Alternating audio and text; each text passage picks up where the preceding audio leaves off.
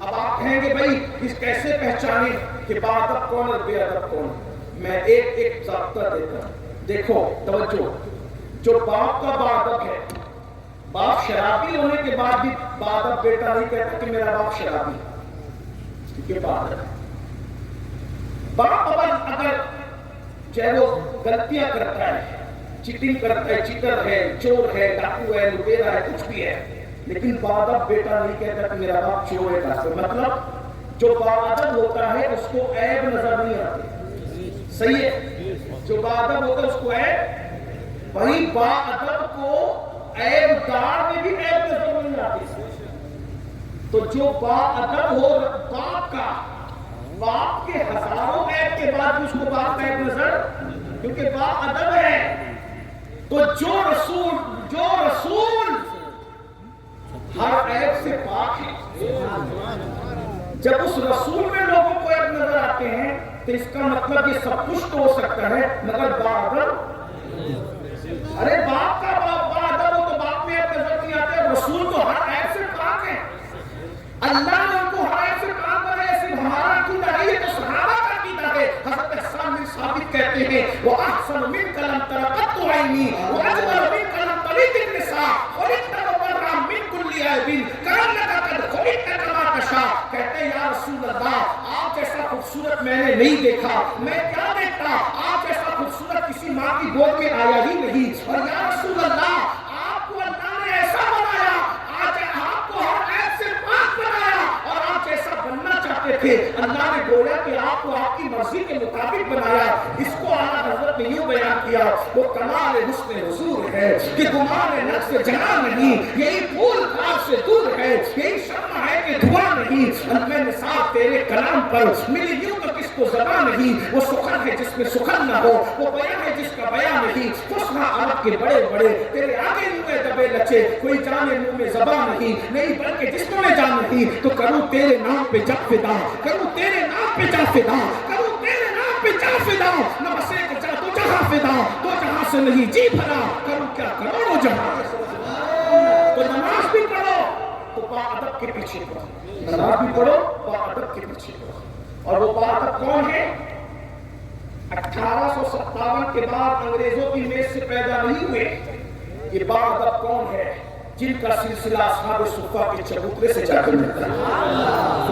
یہ کون لوگ ہیں؟ یہ غریب نواز ہے، یہ سے پاک ہے، یہ مخدوم سنہ ہے، سید احمد کبیر رفاعی ہے، دادا مدار ہے، امام اہل سنت ہے. یہ ہمارے اسلاف ہیں. باادب. ارے بات اور اس قدوسی میں نماز بھی باادب کے پیچھے پڑھو، اور اپنے بچوں کو قرآن پڑھانے کے لیے مدرسے میں بھیجو تو بھی باادب کے پیچھے. کیونکہ کچھ لوگ آئیں گے بولے ہمیں زیادہ قرآن آتا ہے، تمہارے مولویوں کو کیا قرآن آتا ہے؟ ہم زیادہ اچھا پڑھتے ہیں. اور جتنا اچھا پڑھتے ہو اپنے پاس رکھو. کیوں؟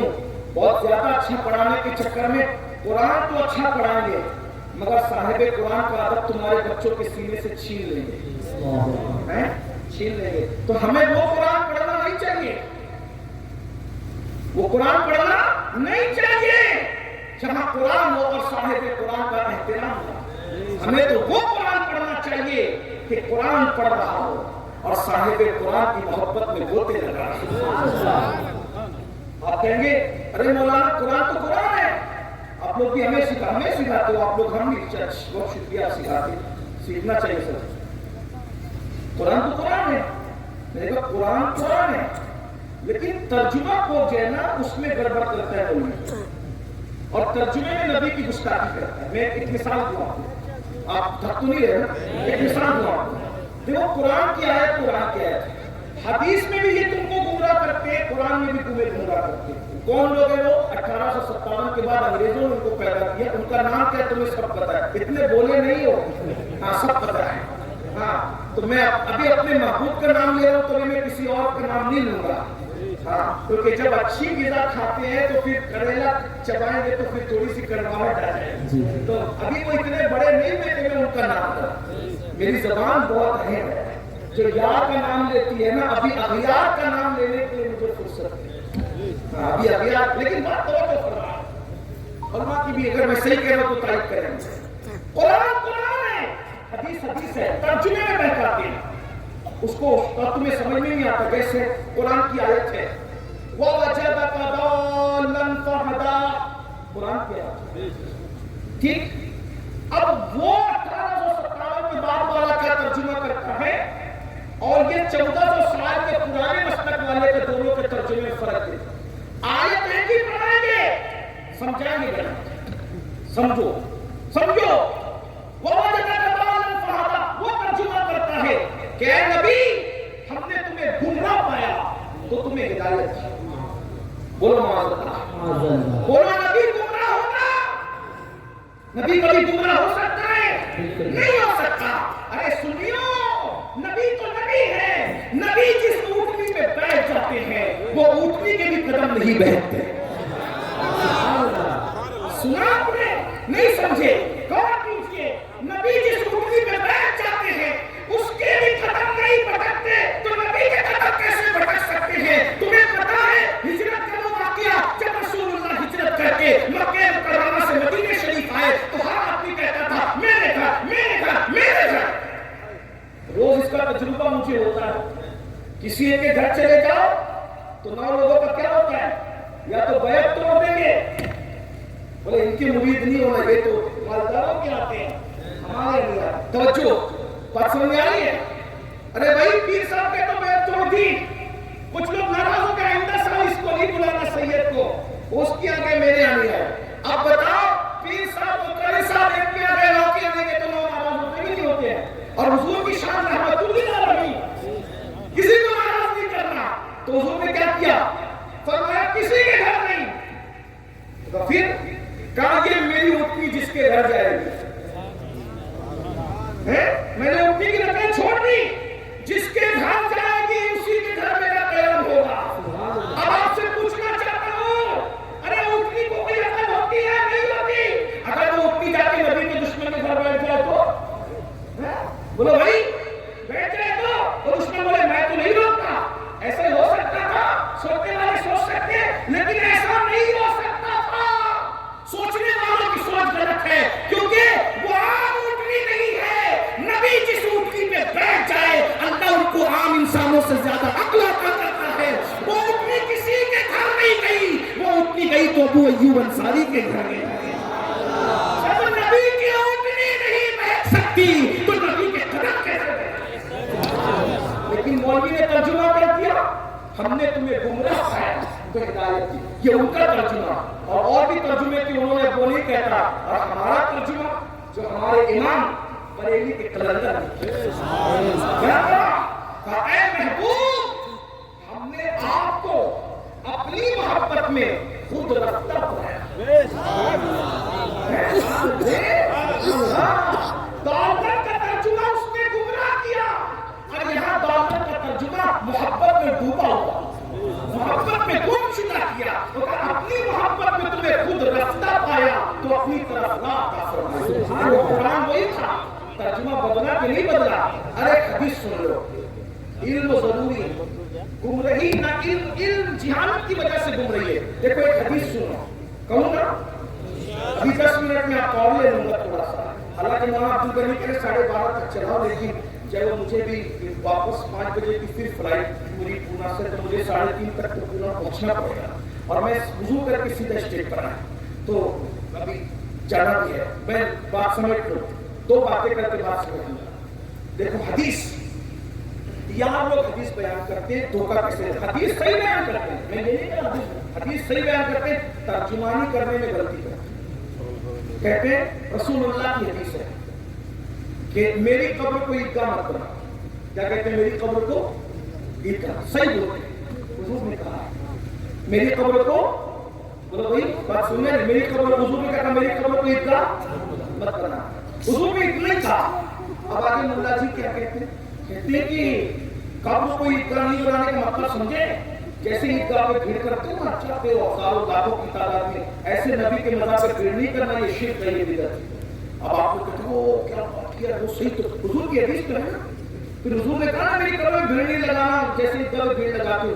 دیکھو قرآن نے صحیح کہا, جب نبی کی قبر پہ بھیڑ نہیں لگا سکتے تو غوث پاک کے یہاں کیوں, غریب نواز کے یہاں کیوں, حافظ صاحب کے یہاں کیوں, صوفی صاحب کے یہاں کیوں؟ بس آپ وہیں سے بیٹھ جاتے ہو. حدیث صحیح پڑھی, ظالم نے سمجھایا. اگر آپ کے پاس علم ہوتا تو پتہ چلتا.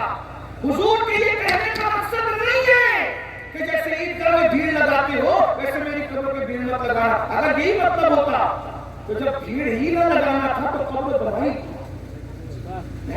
ارے کسی جنگل میں چھپا دی جاتی تو. ارے میلہ لگوانا تھا تبھی تو زمین پر رکے, ورنہ یہ کہا جا رہا تھا کہ اگر آسمان پر بھی آنا چاہیں تو جب عیسیٰ کو اٹھا سکتے ہیں تو آپ کو یار کا در چاہیے تھا نا.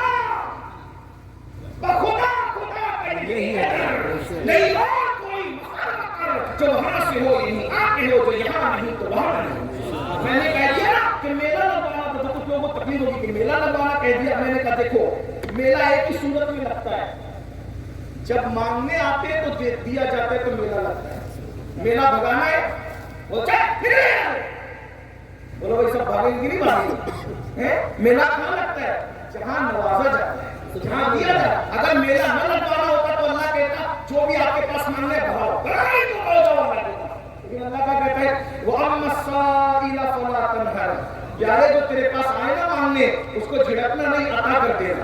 جس کو ملے گا وہ دوبارہ کو آئے گا, اور ایک لے کر جائے گا تو 4 کو لے کر آئے گا, 4 جائے گا تو 40 کو لے کر آئیں گے, 40 جائے گا تو 400 کو لے کر آئیں گے. اور نبی تو ایسے نوازتے ہیں, ارے جس کو دیتے دینے والا بنا دیتے ہیں. میرے نبی کے نوازنے کی شان یہی ہے. ایک مرتبہ حاتم طائی کی اولاد سے ایک شخص نبی کے شہزادے کو مل گیا اور اس نے بڑا چھاٹنا. لوگ آتے ہیں نا, ہاں ہمارا باپ کیسا ہمارا, تمہارا باپ کیسا, وہ میرا باپ حاتم طائی کا. کیا حاتم طائی؟ وہ کہا میرا باپ میرا دادا اتنا سخی تھا, اس نے 10 دروازے بنائے تھے. ایک دروازے سے بھکاری آتا تو بھی دیتا, دوسرے سے آتا تو بھی دیتا, تیسرے سے آتا تو بھی دیتا, چوتھے سے آتا تو بھی دیتا, حتیٰ ایک وقت میں 10 دروازے سے آتا تو بھی دیتا.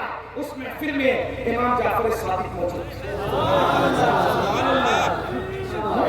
امام جعفر صادق نبی کے بچوں کو کوئی متاثر جلدی نہیں کر پاتا ہے. امام جعفر اس کو آپ نے بس کیا بس تو وہ کہہ رہا 10 دروازے سے دیتا میرا دادا, اور امام جعفر صادق بچپنے میں کہہ رہے بس. اس کہہ رہا بس یہ سخاوت نہیں, کہ یہ تو کنجوسی ہے. ارے ایک سے اتنا نہیں کیا تبھی سے تو دوسرے سے آنا پڑا, دوسرے میں بھی جھوڑی نہ پڑی تو تیسرے سے آنا پڑا, تیسری سے بھی کام نہیں چلا تو چوتھے دروازے سے آنا پڑا. لیکن اب میرے دادا کی سن, میرے دادا کی سن, میرا دادا ایک مرتبہ جس کو دیتا ہے تو دینے والا بناتا ہے.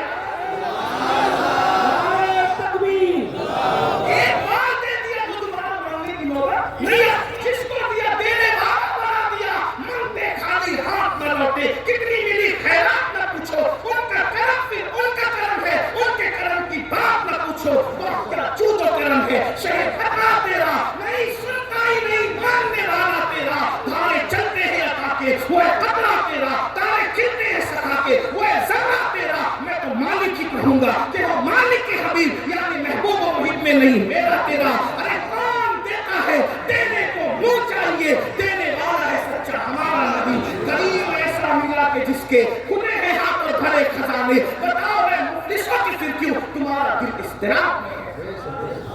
اب میرا دادا اتنا دیتا ہے, ایک بار دیتا ہے دینے کو. کون ہے تیرا دادا؟ کا وہی وہ مدینے والا سکھا. ہاں ان جیسا تو کوئی سکی. تو یہ بات ہے. تو بات جب حضور دے رہے تو لوگ پوائنٹ, اور ابھی بھی کسی کے اس میں محنت کے بعد بھی اتنی پبلک جمع نہیں ہوتی جتنا روزانہ فجر کی نماز میں نبی کے مزار پہ میلہ لگتا ہے. اور یہ تو انسانوں کا ہوتا ہے. فرشتے تو 70,000 صبح آتے ہیں اور شام تک, اور شام کو آتے اور صبح. سب کی قبریں ویران ہو گئی کووڈ میں, لیکن نبی کے مزار پر بھی 70,000 آتے رہے اور 70,000 جاتے. سبحان اللہ. یہ تو فرشتے تھے اور انسان بھی آتے رہے. تو میں کیا کر رہا تھا, کہا کہ ہی قیامت بنا ہوا تبھی کی طرح بھیڑ مت لگاؤ. میں نے کہا مولا جی تمہیں سمجھنے میں غلطی دی, کیونکہ تم 1857 کے بعد تھے. اگر صحابہ سے تمہارا عقیدہ ملتا تو یہ بات نہیں تھی. دیکھو نبی یہ بات نے کیا فرمایا کہ میری قبر کو عیدگاہ, بولو عیدگاہ, بات سمجھ میں نہیں آیا تو سے شردی کا اثر ہو گیا. بولو میری قبر کو عیدگاہ نہ بنانا. مطلب کیا, یہ سید صاحب ہیں صوفی, ان کے جانشین مولانا غلام نبی صاحب, صوفی مولانا عمران صاحب, اور بھی بزرگ میں ان کے نام نہیں جانتا. میں خود بھی